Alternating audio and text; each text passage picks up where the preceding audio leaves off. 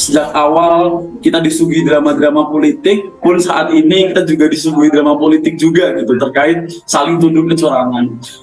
Yang pertama yang jelas ingin kita sampaikan, gitu, kita berharap polisi, Polri maupun TNI benar-benar mampu menjaga netralitasnya gitu dalam pemilu 2024 ini. Apapun yang terjadi gitu.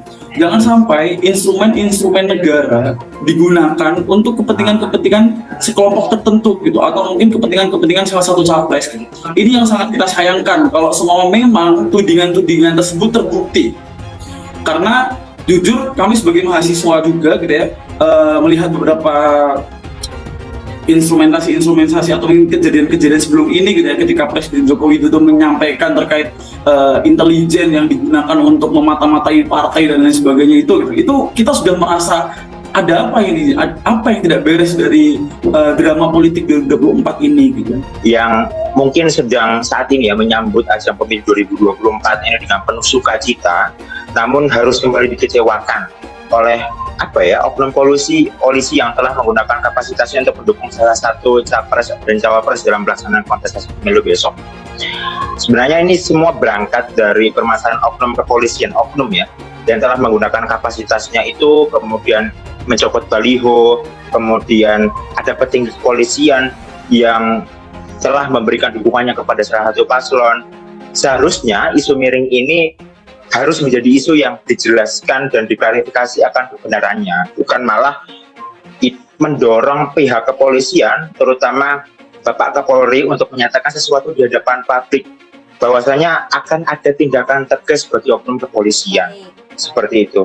Saya sangat menyayangkan sebenarnya hal itu terjadi pasca mencuatnya masalah ini di hadapan publik. Mengapa masalah yang 5 tahunan itu yang sudah sering terjadi malah terjadi kembali? Mengapa tidak ada tindakan preventif yang terjadi? Saya menanyakan tadi mengenai masalah PLH itu untuk Sekjen, Pak, karena di dapil saya Jawa Timur itu hampir seluruh kalapas ganti, Pak. Dan setelah saya amati ternyata juga semua kalapas hampir ganti semua. Nah, pertanyaannya sekarang, ada apa ini dekat-dekat pemilu kalapas diganti semua? Dan saya mendengar sepertinya ada fakta integritas yang dilakukan oleh Dirjen Pemasyarakatan dan PJ Sekjen untuk memenangkan daripada salah satu capres dari warga binaan. Dan pada saat nanti akan kalapas-kalapas yang dipindahkan itu yang punya tanggung jawab itu akan dinaikkan pangkatnya. Jadi di sini saya melihat ini memungkinkan terjadi kalau di lapas itu terjadi.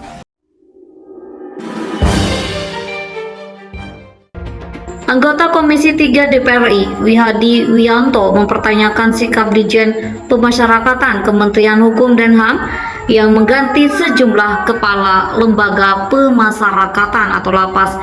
Wihadi mencurigai kebijakan itu karena dilakukan menjelang pemilu 2024. Begitu ia sampaikan saat rapat kerja bersama Menkumham Yasona Lauli Kompleks Parlemen Senayan, Jakarta, tertanggal 21 November 2023. Pertanyaannya sekarang, ada apa ini dekat-dekat pemilu? Kalapas diganti semua dan saya mendengar sepertinya ada fakta integritas yang dilakukan oleh Dirjen Pemasyarakatan dan PJ Sekjen untuk memenangkan daripada salah satu capres, kata politikus Gerindra itu.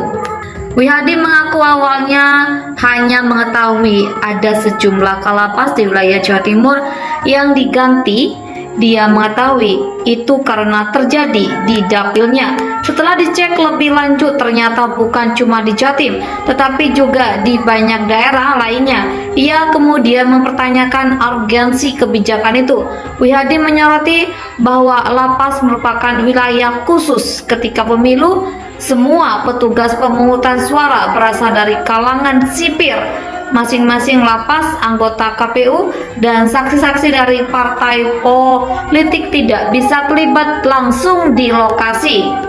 Kondisi ini memunculkan potensi kecurangan, bisa saja petugas lapas memonopoli hasil suara warga binaan, sebab warga binaan atau narapidana pasti takut dengan sipir dan akan selalu menurut perintah.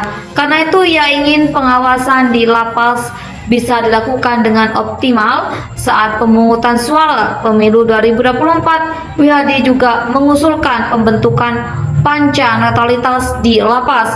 Jadi untuk pemasarakatan saya usulkan untuk dibentuk panca, kata Wihadi. Merespon itu Menkumham Yasona menilai kecurigaan dan usulan Wihadi tidak relevan. Menteri dari PDI Perjuangan itu memastikan saat pemilu 2024 setiap TPS khusus juga terdapat saksi yang salah satunya berasal dari Palpor.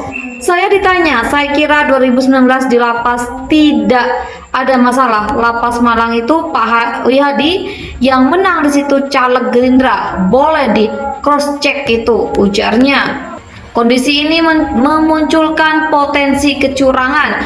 Bisa saja petugas lapas memonopoli hasil suara warga binaan, sebab warga binaan atau narapidana pasti takut dengan sipir dan ada selalu menurut perintah.